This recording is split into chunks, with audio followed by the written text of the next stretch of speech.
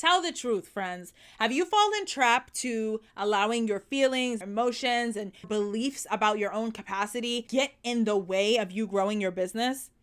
In this episode, I'm sharing how you bringing the drama is actually keeping you from paying attention to the most important things that will grow your business. Here, we're going to chat about the things that you actually need to focus on and how sometimes those things may be a little bit triggering, but how you have to be committed to your big, audacious goals if you want to see success. You ready? Let's go. Welcome to the Hennapreneur podcast, the exclusive podcast of its kind, dedicated to giving you an honest look at the realities of making a living as a henna professional.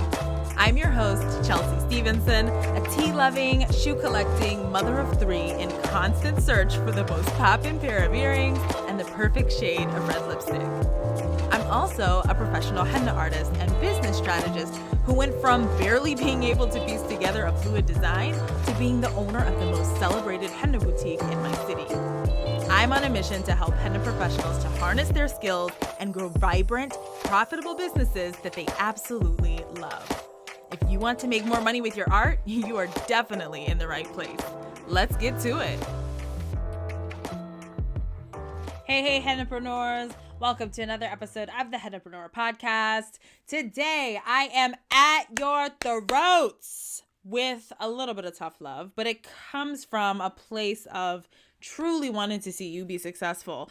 And this is something I've been sitting on for a little while. And I sometimes have to tell you the truth, Hennapreneurs. I laugh a little bit because every time I have like this deep urge, desire, whatever, to just tell y'all to your face the things you need to hear, I always kind of get a little bit nervous and like I feel myself like tensing up and I'm like, ooh, I don't know if I want to say that because they're not really going to want to hear it, even though I know it's what you need to hear. And, I'll press send on that email, or I'll press publish on the podcast, or I'll, post that live in the Facebook group, and I'll say the things, and then I'll get this influx of like responses from you guys. And you're like, no, I really needed to hear that. That was exactly what I needed to hear. Or how are you in my head? Like, how did you know that I was thinking this thing? Or, this is exactly what I needed. And so in an effort for me to honestly be more honoring of my own intuition and just to really show up even more aligned and even more in my purpose and in what I want to do here, which is to help you be successful, I'm releasing a number of upcoming episodes that are really just going to be at your neck. And just know that it's with love, but also it's to help you get your life right. Okay? Your whole life, your whole business. I want it snatched, and I want it snatched right now. So today I am talking with you about how I want you to stop with the drama, friends. Stop with the drama. Stop making your business like this whole theatrical scene.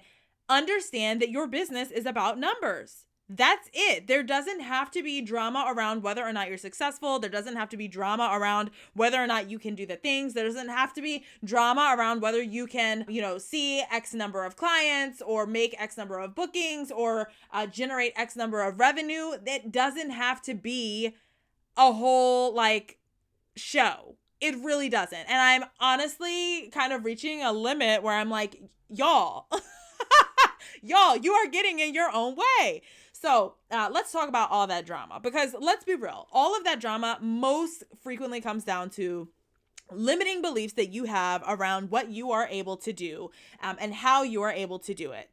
And when you come with all of that drama to the table, the only one who suffers is you. And by proxy, your clients or your audience suffers, right? Your clients suffer in that they don't see the great benefit that you offer them. They don't see how coming to get their henna done with you is going to, better their lives and better their experiences. So you are literally taking away from them the opportunity to get what they need also.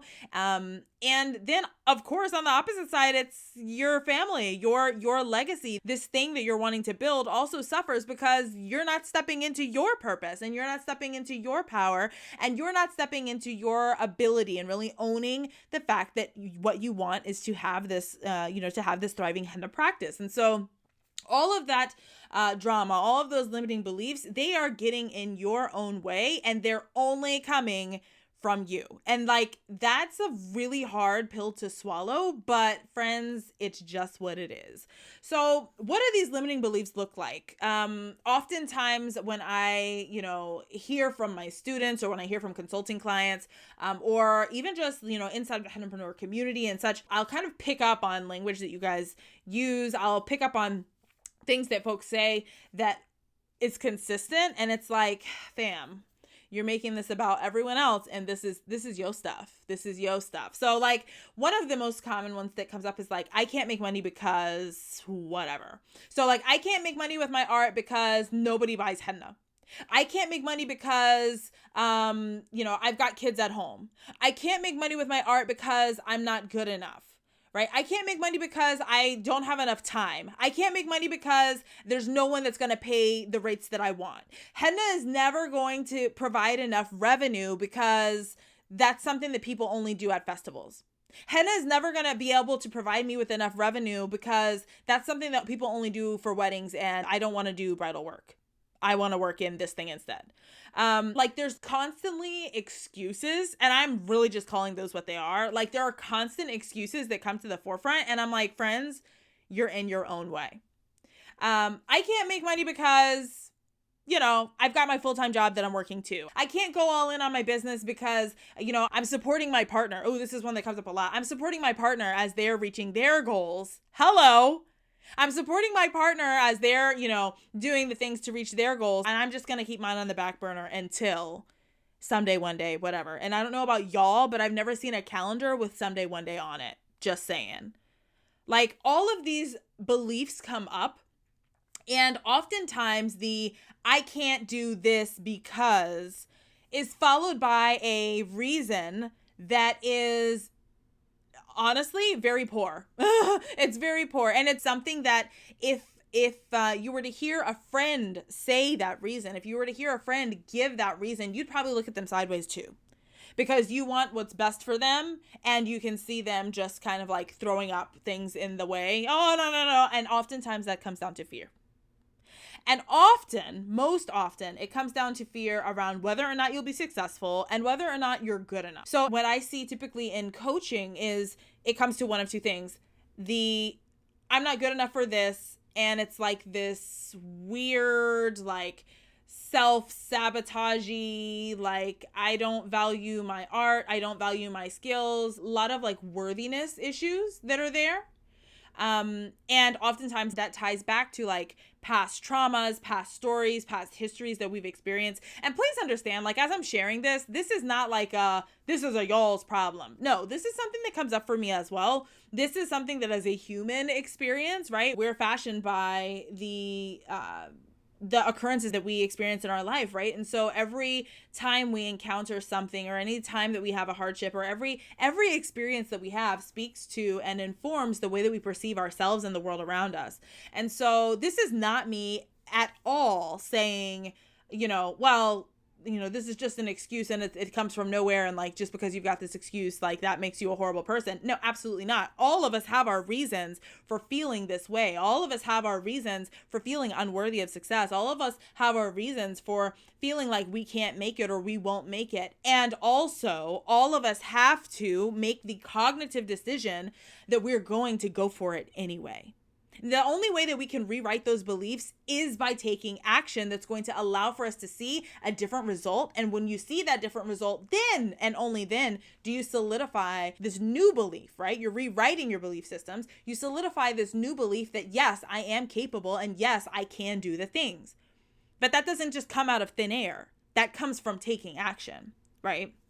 So oftentimes there's like this worthiness piece around like, I'm not good enough, or like these feelings of inadequacy that keep us kind of tied to our limiting beliefs. And then the other side, the flip side is, well, what if it works?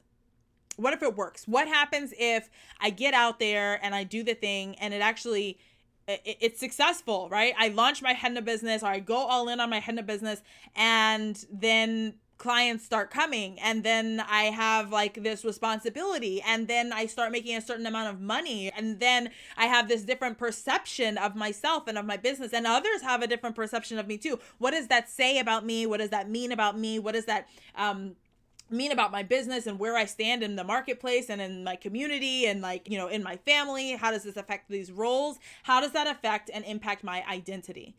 That is the other piece. And the reason I say that it's a fear of success is that oftentimes what I hear first is actually, no, Chelsea, I'm afraid I'm going to fail. There's this fear of failure. But when you start to dig around in what the fear of failure is, oftentimes what we end up coming up with is actually it's fear of success. Failure we can deal with, like failure, you know, it's embarrassing and whatnot. And like, that's a whole nother thing for a whole nother episode. I don't believe that, you know, failure is really a thing. I believe that we learn lessons with every experience that we have. And like, that is my belief system. So I don't even buy into that rhetoric, but oftentimes what I hear first is, well, I'm afraid that I'm going to fail. And then when we actually start to get in there and interrogate that further, it's not even so much a fear of failure. There's often a bigger fear of, what if it works? Then what? How does that change who I am and what I do? How does that change who I am, you know, inside of my home or inside of my community? And what does that mean about me and this new identity that I don't yet align with? I aspire to, but I'm not there yet. How do I, you know, what will that be? What will that look like? How do I know that that's going to actually be a good fit? And that oftentimes is much more terrifying or daunting than the fear of failure in and of itself. So often it's these two things that kind of bring people to a place where they're like, I'm not willing to take the next step, or I'm not willing to go all in on my business. And so all of this, it does, it's like there's culmination of these dramatic beliefs that inform the decisions that we make and the actions that we take, and ultimately keep us from doing what we need to get the results we want. And that is to have that thriving, profitable, sustainable henna business, right? So this is where I'm going to say, can we cut all the bullshit? I hope the kids aren't around for this episode, because I'm telling you, I'm fired up. I want us to cut the drama, okay? Can we cut it out, please? Can we cut it out? Business is about numbers, friends. Business is about numbers, your feelings. And listen, all of those feelings are valid. There is a space for them. I believe that we must approach business holistically. We cannot ignore our human experience as the business owner. We are the conduit for this bigger vision that we have for ourselves and the way that we show up and serve our communities. And the human experience does include the management of those feelings that we have, but feelings are not a metric of growth. Okay? Feelings are not a metric of growth, but numbers are. And that is why we need to stop allowing for these feelings to create drama inside of our business that doesn't have to exist. There's not a need for it, right? When you're approaching your business, we have to take out our person from our business. Our business is an entity in and of itself. It has its own, strengths. It has its shortcomings. It has opportunities for improvement. And none of those things are indicative of who you are as a person. None of those things are actually tied to you and your identity if you've set your business up properly. Okay? We have to remove our own sense of self-worth and our own sense of identity and our own sense of this is who I am and what this means about me. We have to stop personalizing our businesses. Okay? Feelings aren't a metric of growth that is going to help you to reach the next level or to reach the level of success that you're hoping for, right? But those numbers are. So what numbers am I talking about? I'm talking about your KPIs, your key performance indicators, okay? What is the purpose of your business, friends? Why are we here, Hennapreneurs? You are here to make a living wage. You're here to make a solid wage, right? You are here to make meaningful revenue with your art. Period. So you are here to make money, okay? So the only numbers that you should be paying attention to are the numbers that are speaking to whether you are hitting that goal or not, okay? I'm not talking about your freaking follower count, okay? Like, let's just get that out there. Friends, I was making full-time income with my henna business when I had 1,200 followers on Instagram. 1,200, like 1,200, okay? That's like next to nothing, all right? I'm not talking about those vanity metrics. I'm talking about KPIs that actually speak to the revenue that you're generating inside of your business. So there are 3 types of KPIs that I suggest that you look to, right? We're looking for traffic, we're looking for engagement, and we're looking for conversion. Those are the 3 key things that you need to have your eye on at all times. And that is where, friends, y'all, that is where you get to then start to assess, okay, are things working or are they not working? Traffic. Are people coming to your pages? Are people stopping by your website? Are people going to your Instagram or to your Facebook? How many people have you placed your business in front of? We have to stop playing small. Listen, it is so easy to be like, oh, I'll never grow my business. Oh, I'm not getting enough bookings. Oh, my marketing sucks. Yeah, okay. Well, it's easy to feel that way. It's easy to feel that way, okay? But are you doing the things, are you paying attention to the things that would allow for you to access data that actually shows you how you're doing?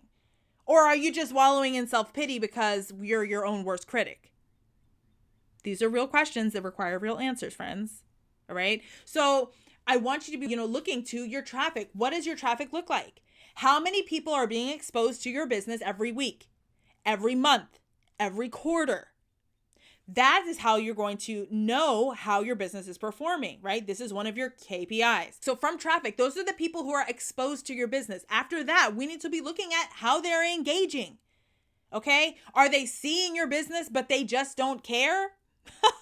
Because that's an issue. That tells you that there's something wrong with your messaging, right? There's something off.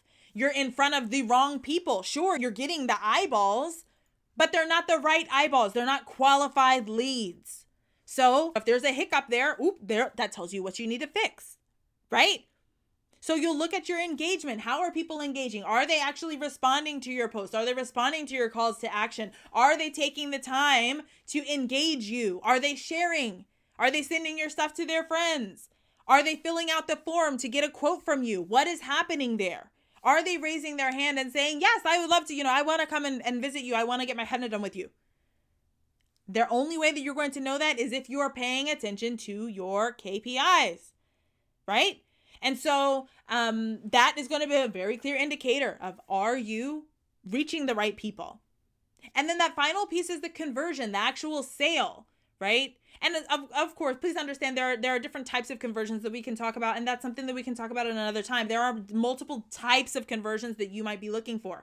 So you might be looking for someone to, sign up for your email list so that you can send them more regular and direct contact, inviting them to come and get their henna done with you. You might be actually asking for them to book a party. You might be asking for them to book an appointment. You might be asking for them to, to host you at their upcoming event. Whatever that is, whatever that conversion is, they take an action that's going to yield a specific result that's going to be revenue generating for you. Whatever that conversion is, how's that looking?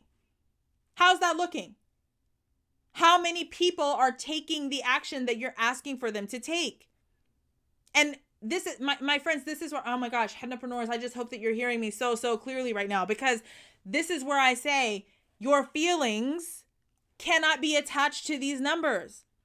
You are going to have a number for traffic, a number for engagement, a number for conversions or actual sales, actual bookings, right?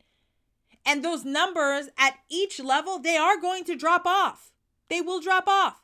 So you're going to go from having, for example, 100 people who viewed your henna content, 100 people counted towards traffic. And maybe perhaps only, 50, 60% of those people move on and actually engage. And let me tell you, 50 to 60% engagement, that would be a solid win. And what does that also say? That means that somewhere between 40 to 50% of those people are saying, no, this person isn't for me. And let me tell you what, there are going to be days inside of your business where you're going to be like, oh man, 50% of people said they don't like me.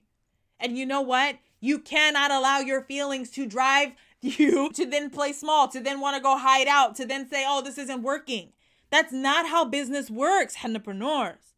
Okay? So you'll find that there's going to be a drop off between traffic to engagement, and then from engagement to conversion, because guess what? Just because people find you entertaining, just because people enjoy your content, just because people enjoy watching you create these videos where you're making these beautiful henna designs or sharing these photos and doing all these things, that doesn't mean they're actually going to book.